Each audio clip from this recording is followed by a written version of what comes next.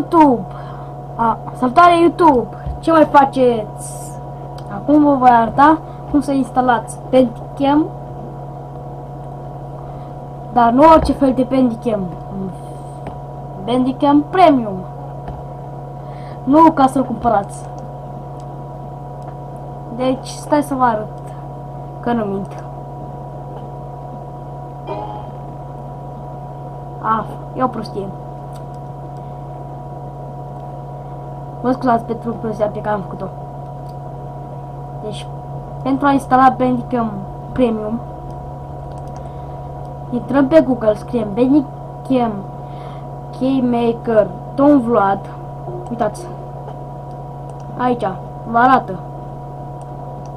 Dacă vă apare în filmare, vă va arăta email, adres, serial number, bla bla bla. Deci Bandicam Keymaker Don Vlad.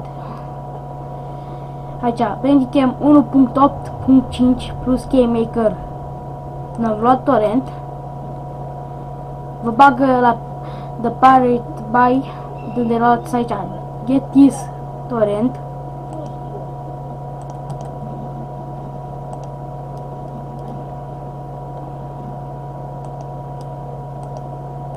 Scuzați că merge așa cam greu, dar nu știu ce are.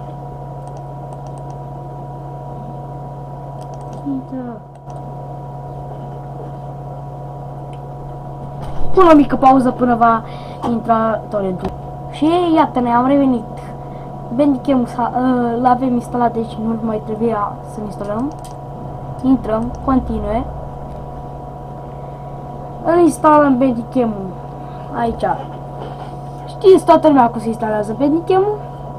După ce instalați, dați pe Keymaker Run. Aici scrieți emailul vostru sau un email la întâmplare.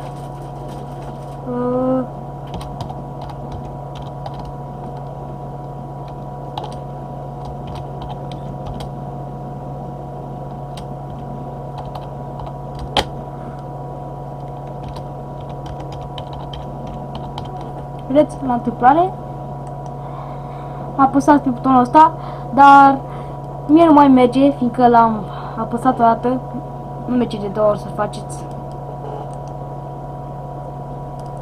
Deci, e așa de ușor să luați un Bandicam Premium fără să plătiți nimic. Total gratis. Goodbye!